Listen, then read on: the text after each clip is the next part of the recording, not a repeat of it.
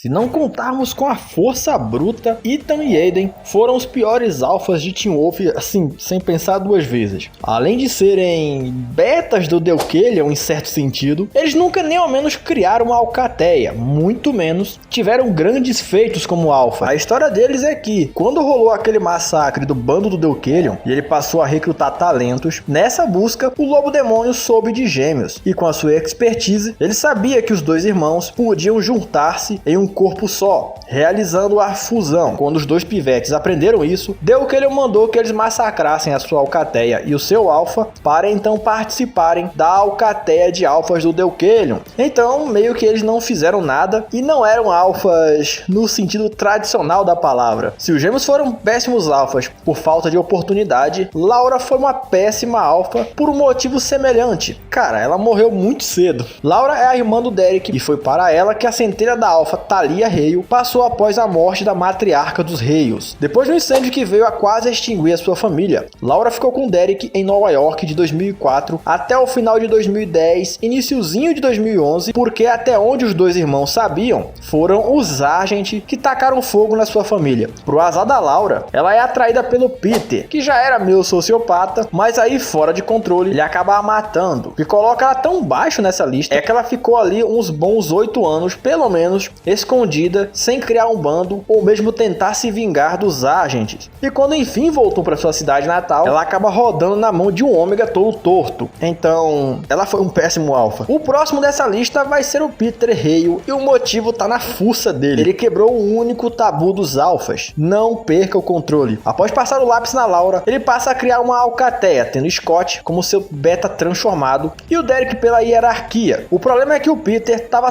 mas tão cego pela vingança que ele acabou não dando a mínima para o seu beta ou mesmo para sua família, e preferiu fazer as suas maracutaias na surdina, usando a forma de besta para camuflar até seu próprio cheiro. Embora sim, ele seja muito inteligente e conheça seus poderes como alfa, o cara simplesmente não se continha. Nas temporadas posteriores, a gente descobriu que aquela merda que ele virava era algo tão desprezível que até o Deucalion mandou um "eu não sou um sociopata como seu tio", com aquela cara de desprezo. E mais tarde, Ethan e Aiden explicaram que aquele negócio todo troncho e desproporcional da primeira temporada era pior do que você virar um bicho, pior do que aconteceu com a Malia. Então, mesmo que o Peter tenha pelo menos agido como um alfa zoado, com certeza, mas ainda assim, ele tá longe de ser um exemplo de liderança. E ainda tem aquela coisinha lindíssima que ele se transformava, né? Pô, o cara não conseguia nem transitar de Homem pra Glabro, como eu já expliquei nesse vídeo aqui, sem já saltar pra uma Crinos. Tamanha era a falta de controle dele. Agora uma menção honrosa, vamos dizer assim, pro Douglas Garrett, o Lawment da última temporada. Ele não era um lobisomem puro, então a gente não sabe como é ser um Alpha Lawman, e nem dá pra dizer que ele é fruto da natureza ou uma aberração criada pelos nazis. Eu vou colocar ele nessa etapa do vídeo, porque se a gente não sabe os feitos dele como Alpha, ao menos vimos ali alguns feitos bem interessantes. Pô, depois de pegar o poder de um Cavaleiro Fantasma, ele tinha um cão do inferno na coleira e todos os Cavaleiros Fantasmas da caçada selvagem. Não é qualquer coisa não, cara. Se tu aplicar a mesma regra do bando do Scott pro Douglas, o cara teve uma bela de uma alcateia. Vou deixar o tão baixo na lista aqui, né, porque o maluco era um nazi e nem sabemos o que significa ser um Alpha Lawman.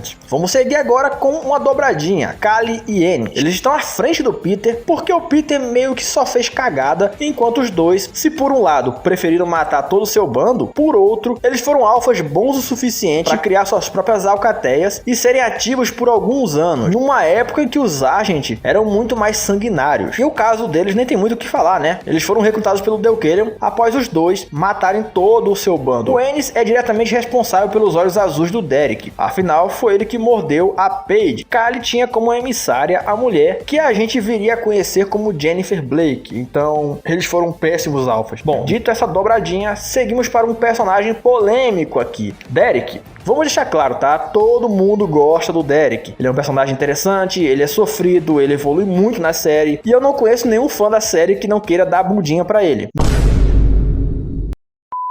Mesmo assim, não dá pra negar, cara. Ele foi um péssimo alfa. Depois de encerrar a conta do Peter na primeira temporada, o Derek começou a construir uma alcateia. Primeiro ele mordeu o boca aberta do Jackson, sem interesse algum no Faria Limer, depois recrutou alguns adolescentes cabeça de vento, o Isaac, a Eric e o Boyd. E se isso aí já não conta como uma cagada, fica feio pro rei quando a gente lembra que ele não conseguiu manter sua alcateia na linha e nem treiná-la. Pô, Boyd e Erika desertaram e o Isaac preferiu o Scott do que ele, além de que sobrando a Cora e o Isaac, dois de seus betas morreram e ele próprio matou um deles por tabela. Mas o que coloca ele na frente da Kali e do Ennis acontece no finalzinho da terceira temporada. Ele não matou a sua alcateia inteira, mesmo sob a ameaça do Deucalion, se colocando em risco por isso, e ainda teve o maior ato de liderança que alguém pode demonstrar, o sacrifício personificado ali nele abrindo mão do seu status de olhos vermelhos para salvar a sua irmã. Então, muito bem listado aqui. Satomi segue na nossa lista de pior ao melhor alfa, porque ela montou um bando imenso, com fácil uns 10 membros até o final de 2011. Em 2012, ela e o seu bando foram perseguidos por vários caçadores, assassinos profissionais e até amadores que estavam todos dispostos a matá-los por suas recompensas, graças à lista do benfeitor, uma lista de todos os sobrenaturais localizados nas redondezas de Beacon Hills. Com cada criatura, vale uma recompensa de 1.000 a milhões de dólares que os caçadores receberiam se os matassem. Nessa brincadeira, Satomi perdeu muitos betas, mesmo ela fazendo o possível para salvar o seu bando, até se expondo a uma aliança com o Scott. Satomi conseguiu sobreviver ao benfeitor junto do Brett e da Lorelei, mas não deu para ela escapar do jihad, digamos assim, causado pelo merda do Gerard e da pirão perdida da Monroe, sendo que a Satomi morreu numa tentativa de negociação. Ela tá acima dos anteriores porque, ao meu ver, ela conseguiu criar um bando imenso, leais a ela, com betas até bem contidos e com ela própria sendo um exemplo pro seu bando. Claro, velho, eu vou ser sempre contra a baboseira do pacifismo. Fingir que você é tão elevado que não vai revidar uma agressão. Você ser pacífico, aí concordamos. Isso aí é até bíblico. Agora, pacifista, cara, não. Pacifista é arrogância, é uma imprudência de um nível atroz. Pra mim, o erro dela foi achar que o cara que tava querendo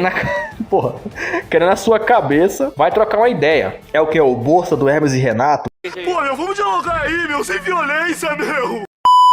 Típica falha de julgamento dessa galera paz e amor, né? Olha, eu sofri bullying o suficiente pra aprender que o vagabundo só para quando você revida. Por isso, Satomi tá aqui nessa posição. Ela pode ter sido uma alfa braba, no sentido de criar o seu bando e cuidar dele, mas foi justamente a sua cabecinha pacifista que deu cabo da própria e da sua alcateia inteira. Passamos agora para a professora Finch. Ela vai estar à frente da Satomi, porque sua estratégia para manter os seus inimigos longe foi bem inteligente, cara. Finch foi a alfa da alcateia primitiva, um bando que a gente conhece ali na sexta temporada. O pouco que sabemos sobre a Finch é que ela deixou correr um boato de que os lobisomens primitivos haviam deixado sua humanidade e matariam todos que cruzassem seu caminho. Isso se provou uma mentira bem contada e muito bem disseminada, porque na real, cara, Finch e sua filha eram até lobisomens bem tranquilos e contidos. Finch que o diga, né? Ela camuflava o próprio cheiro na cara do Scott, ninguém jamais suspeitaria que ela era um lobisomem, muito menos um alfa. Embora seu bando inteiro tenha rodado na mão do Anuik-T, não foi exatamente por falha dela. Ela manteve seu bando bem ocultado e quem sabia deles não queria cruzar o caminho dos primitivos por conta da história que os precedia. E é também de considerar que a Finch manteve seu bando seguro por muito tempo. Agora no top 3 melhores alfas de Teen Wolf, a Talia Hale fica com a medalha de bronze. Ela foi uma antiga alfa da Alcateia Hale, irmã mais velha do Peter, tia da Malia e mãe da Laura, Derek e Cora. Como uma poderosa alfa da linhagem Hale, que detinha a rara habilidade de se transformar completamente em um lobo, Talia não era apenas muito respeitada pela comunidade sobrenatural, mas também agia como uma conselheira de outros alfas na região, incluindo o Deucalion, o Ennis, a Kali e a Satomi. Infelizmente, ela foi morta no incêndio da casa Hale, iniciado pela Kate. Apesar da sua morte bem prematura, sua presença continuou persistindo por Beacon Hills e toda a comunidade sobrenatural, mesmo nos dias atuais da série, tanto como resultado das suas ações durante sua vida, que continuaram a afetar seus familiares sobreviventes, como o fato de que ela usou seus poderes para tirar as memórias do Peter sobre ele ter uma filha, e porque as lições que a Talia ensinou ao seu irmão e aos seus filhos reverberaram até para as matilhas com as quais eles estavam envolvidos. Por exemplo, o lema que mantém o Derek e o Scott na linha, somos predadores, mas não precisamos ser assassinos, tem os créditos da Talia. Tanto a matilha dos Reios quanto a Alcateia McCall levaram essa forma de ver o mundo como um código de conduta. Outra coisa importante é que a função que o Scott exerceu em Beacon Hills, como uma espécie de guardião da cidade, era da Talia e do seu bando anteriormente. A bicha é tão fodona, cara, que o Derek só só passou a seguir o Scott quando ele percebeu que o McCall era muito semelhante à sua mãe em princípio. Ok, ela não está numa posição mais acima porque em um ponto o Peter tinha razão, cara. Sabendo dos caçadores e principalmente do que aconteceu com o Deucalion, a Talia devia ter prestado mais atenção, cara. Até mesmo sido mais severa. Até, sei lá, botando uma linha vermelha muito clara para os caçadores não atravessarem. Beleza que ela se ferrou por conta do Derek, que entregou a sua família inteira pra Kate. Mas eu ainda acho vacilo ela não ter preparado seu bando pra algo desse tipo aqui. Mas aí sou eu, né? Comenta aí o que você acha. Já a medalha de prata é do Deucalion. Por mais que ele tenha feito coisas bem questionáveis, ele viveu o suficiente pra ter uns feitos indiscutivelmente grandiosos. Pra começar, sabemos que ele tem mais ou menos uns 40 anos como alfa. Sim, o maluco é velho nesse nível. E salvo a sua inocência, adivinha, pasmem, por conta do seu pacifismo, ele foi um alfa competente o suficiente pra criar um bando bem formado, até mesmo pra ser um alvo do Gerard. Inclusive, pelo tom de fala do Gerard, o Deucalion já era muito poderoso antes de se tornar o lobo demônio, né? O alfa aprimorado. Como essa lista aqui não inclui força, mas sim mérito, liderança e feito, vou citar o seu feito mais notável de todos: formar e controlar um bando inteiro de alfas, com 2 desses sendo alfas aprimorados. Isso fez do cara um tipo de nome que não deve ser pronunciado entre os lobisomens. Ok, a gente não sabe por que ele não tentou recrutar a Talia. Provavelmente porque ela era mais influente que ele. No entanto, ele conhecia o mundo sobrenatural muito bem. Ele tinha uma presença que mantinha seus liderados na linha. Ele era bom de lábia, afinal, ele convenceu até a Kalia a matar seu bando, e a Kalia amava sua matilha. Ele era tão temido que acabou sendo comparado e se proclamando um lobo demônio, porque não tinha ninguém páreo pra ele. Depois de voltar a enxergar, o cara tinha influência suficiente para que o McCall buscasse o auxílio dele quando a coisa ficou feia na guerra com os caçadores. Beleza, né? O fim dele foi por conta de quê? Pacifismo. Mas ainda assim, eu vejo ele como o melhor alfa da série, perdendo apenas para o próximo, Scott McCall. Só pra beliscar, cara, ele já como um ômega, já era mais alfa do que o Derek. Os atos do cara, antes de serem olhos vermelhos, já eram tão notáveis que Deaton, Morell, Jennifer e o Deucalion já sabiam que ele iria se tornar um alfa genuíno uma hora ou outra. Em certo nível, cara, até o Isaac já sabia que o Scott era o alfa ali. A partir da sua transição para olhos vermelhos, Scott se tornou uma lenda viva. Sobreviveu aos caçadores, a uma alcateia de alfas, ao Nogitsune, aos médicos do medo, a uma besta de Geraldan, conseguiu desviar a caçada selvagem e finalizou não sucumbindo ao Onui-Kite. E se a gente for falar da sua alcateia, aí meu caro, eu vou me despedindo aqui e passar a bola para esse vídeo que tá aqui no card, porque lá eu já listei toda a alcateia McCall.